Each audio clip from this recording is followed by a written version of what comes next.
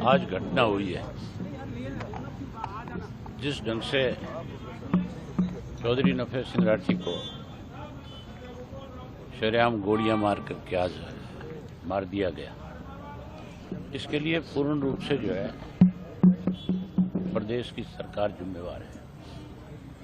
इसलिए जिम्मेवार है कि आज से 6 महीने पहले राठी साहब ने मुझे गुड़गांव मेरे आवास के ऊपर ये बात बताई कि मुझे पुलिस के लोगों ने ही इस बात की इत्तला दी है कि आपकी जान को खतरा है, आप पे कभी भी कोई भी अटैक हो सकता है। मैंने तुरंत एसपी जो झज्जर है उससे फोन पे बात करी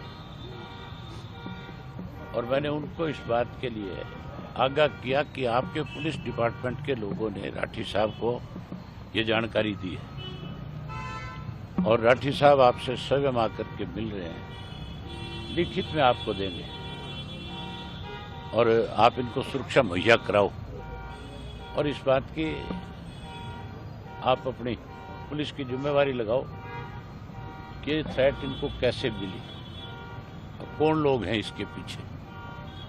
जहां उन्होंने एसपी को लिखित रूप में दिया, वहीं होम मिनिस्टर को भी, चीफ मिनिस्टर को भी, आपके डीजी को भी और उसके इलावा जो सीआईडी का चीफ है उसको भी, होम सेक्रेटरी को भी, इनको भी लिखित रूप में दिया कि मुझे सुरक्षा मुहैया कराई जाए, मेरी जान को खतरा है।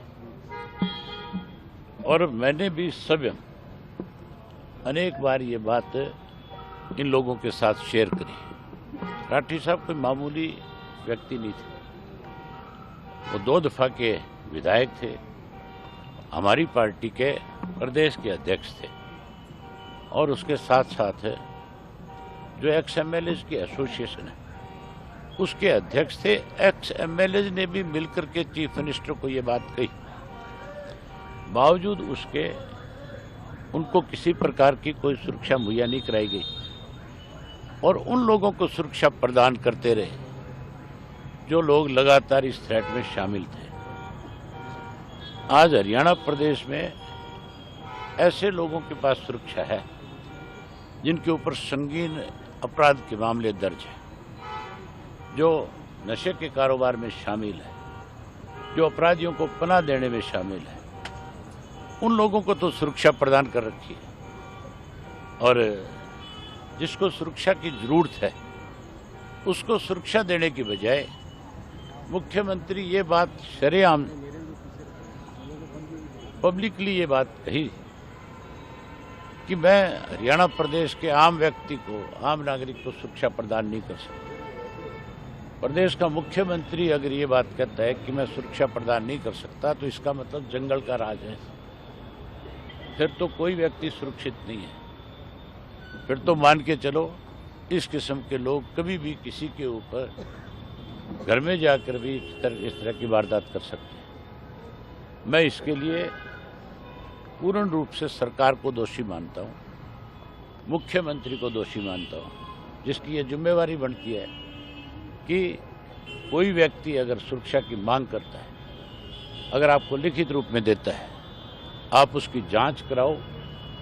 अगर उसको सुरक्षा की जरूरत नहीं है तो उसको लिख करके बताओ कि तुझे सुरक्षा की जरूरत नहीं है। अगर उसको सुरक्षा की जरूरत है तो उसको सुरक्षा मुहैया करानी चाहिए। मेरे अपने केस में जब मुझे थ्रेट आई थी, मेरे पीए ने जाकर के जब एफआईआर लॉन्च कराई तो मुझे एक दफा तो सुरक्षा दी गई, फिर विड्रा कर ली गई और उसके बाद फिर मुझे हाई कोर्ट जाना पड़ा, हाई कोर्ट से फिर सुरक्षा दी गई।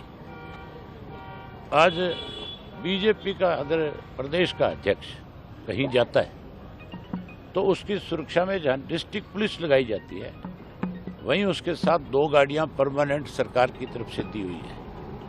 यहाँ का जिला का अध्यक्ष भी अगर कहीं जाता है तो उसके पास भी सुरक्षा है। कोई भाजपा का छोटा मोटा झंडा बांध करके कहता है मैं कार्य करता हूँ, अगर वो सुरक्षा मांगता है तो उसको भी प्रदान कर दी जाती है। 6000 से ज़्यादा कर्मचारी पुलिस के जो है अरे गहरे नत्थु खैरे लोगों की सुरक्षा में लगाए हुए हैं, जबकि जिन लोगों को जरूरत है आज उनको सुरक्षा नहीं है। इसी वजह से आज ये घटना घटी। इसके लिए पूर्ण रूप से सरकार जिम्मेवार है। हम मांग करेंगे कि इसकी जांच सीबीआई से हो, इसकी निष्पक्ष जांच हो। जो लोग दोषी है उनके खिलाफ तो कार्रवाई हो ही हो, उनको तो पकड़ा ही जाए। लेकिन जिन लोगों ने उनको सुरक्षा देने में आनाकानी करी है, जिन लोगों ने कहीं सरकारी दबाव में आकर के अपनी जिम्मेवारी को नहीं समझा, उन लोगों के खिलाफ भी कार्रवाई हो। मुझे अभी जानकारी मिली है कि इस मामले को जीआरपी के हवाले करना चाहते हैं।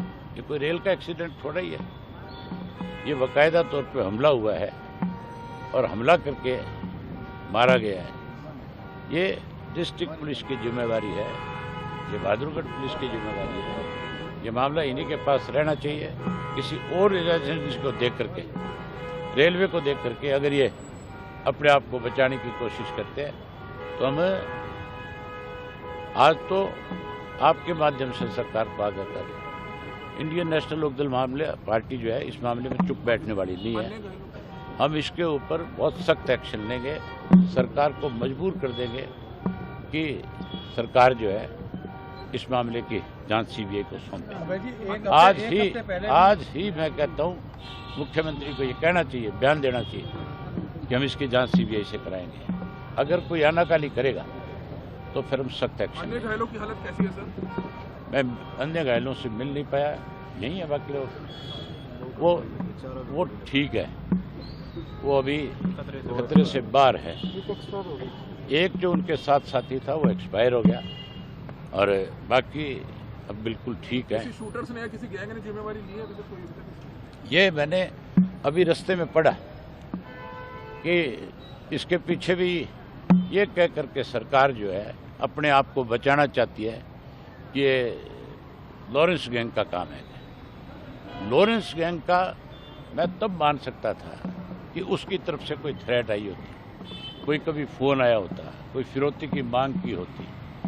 कभी भी इस तरह की कोई उनकी तरफ से डिमांड नहीं की गई। अगर सरकार कहती है कि लॉरेंस गैंग का काम है तो फिर सरकार ने सुरक्षा मुहैया क्यों नहीं कराई? फिर सरकार की जिम्मेवारी बनती थी कि नहीं बनती थी?